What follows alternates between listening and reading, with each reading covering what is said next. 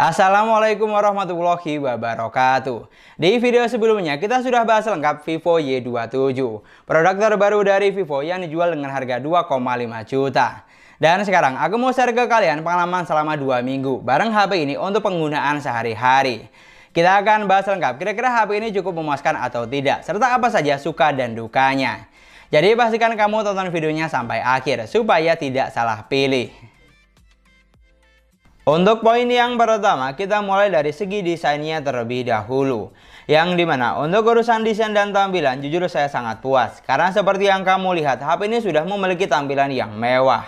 Dan yang saya suka untuk build quality-nya juga terasa solid dan kokoh. Dengan ketebalan hanya 8,07 mm. Jadi terasa nyaman saat digenggam.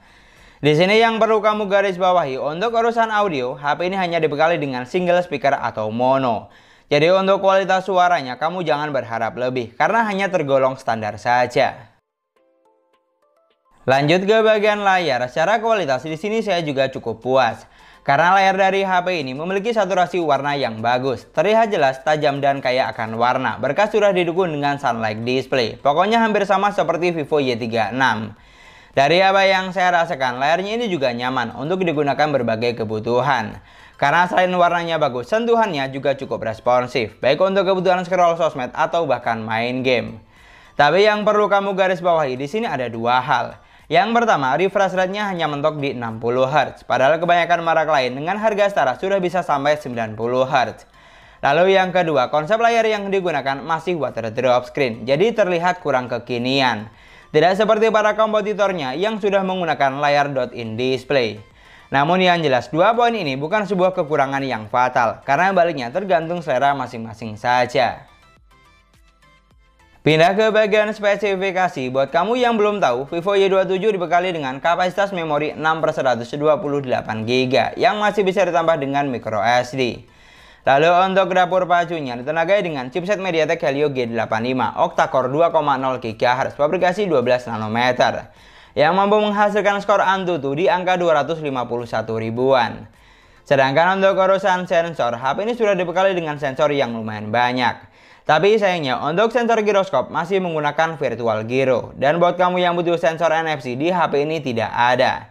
Jadi bisa dibilang untuk urusan dapur pacu di sini hanya standar saja di kelas harganya. Mulai dari kapasitas memori, seri chipset hingga kelengkapan sensor.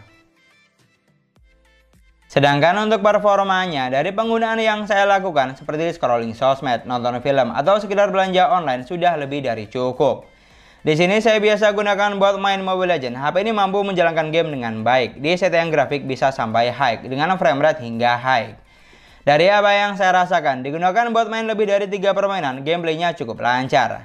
Kendala yang saya temukan hanya frame drop di awal permainan, tapi masih cukup wajar karena seri chipset yang digunakan memang bukan yang paling gahar di kelasnya. Lalu digunakan buat main game yang lebih berat seperti PUBG Mobile, HP ini juga mampu menjalankan game dengan baik. Bukan yang paling lancar, tapi masih cukup oke untuk dimainkan. Di sini yang saya suka, untuk sensor giroskopnya sudah lumayan responsif, tidak sampai delay parah, walaupun masih menggunakan virtual gyro. Dan untuk suhunya juga terpantau aman. Digunakan buat main game sekitar 1 jam, suhunya hanya di tingkatan hangat saja. Pokoknya untuk urusan performa, kalau hanya untuk penggunaan kasual dan gaming tipis-tipis, HP ini sudah bisa diandalkan. Tapi kalau untuk penggunaan full gaming, di sini kurang cocok. Karena balik lagi, sesuai dengan seri chipset yang digunakan. Lalu untuk sektor baterai, Vivo Y27 memiliki baterai sebesar 5000 mAh dengan kecepatan isi daya flash charging 44 Watt. Jujur poin ini saya sangat suka karena super cepat saat isi daya.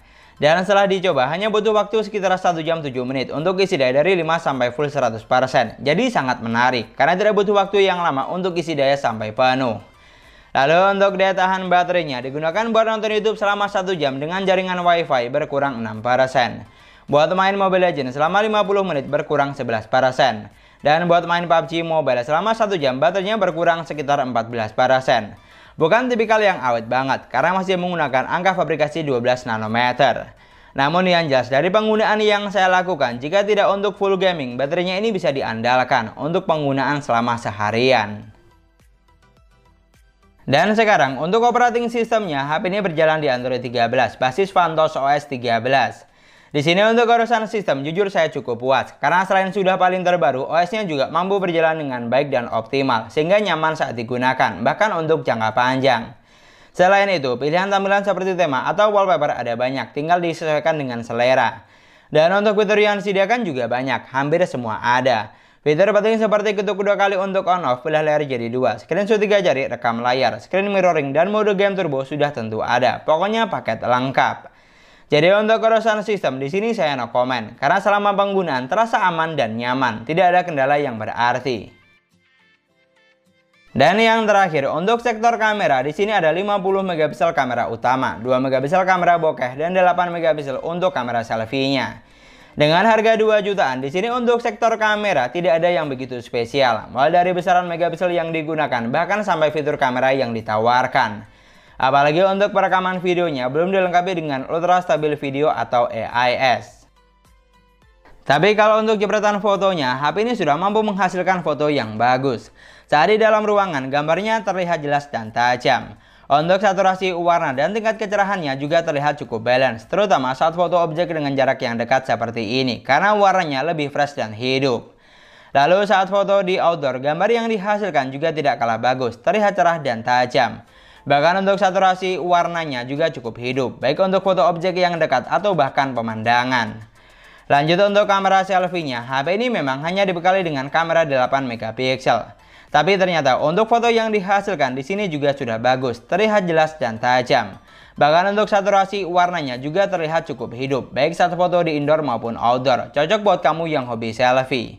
Pokoknya untuk urusan perfotoan, HP ini sudah sangat bisa diandalkan di kelas harganya, baik kamera belakang maupun depan. Ini adalah contoh perekaman video menggunakan Vivo Y27 di outdoor dengan kondisi cahaya cukup baik. Di sini untuk resolusinya, HP ini bisa mentok sampai resolusi 1080 pixel di 30 frame per second. Jadi untuk video 4K dan 60 frame per second di HP ini belum bisa. Dari hasil berikut, untuk kualitas videonya ternyata juga sudah lumayan untuk kelas harga 2 jutaan. Tidak bisa dibilang bagus banget, tapi juga tidak terlalu mengecewakan. Mungkin yang sedikit perlu dinotis untuk kecerahan gambar dan tingkat kestabilan videonya hanya tergolong standar saja.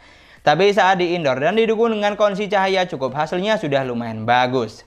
Kamu juga bisa nilai dan koreksi dari hasil video berikut ini. Dan itulah tadi pengalaman saya selama bareng Vivo Y27. Dari semua poin yang sudah kita bahas, untuk harga 2 jutaan, jujur saya cukup puas dengan HP ini karena menawarkan banyak kelebihan. Seperti dari segi desain, memiliki tampilan yang mewah dan kualitas layarnya bagus. Dari segi spesifikasi, kapasitas memori besar, performa lancar, OS nyaman, dan chargingnya super ngebut.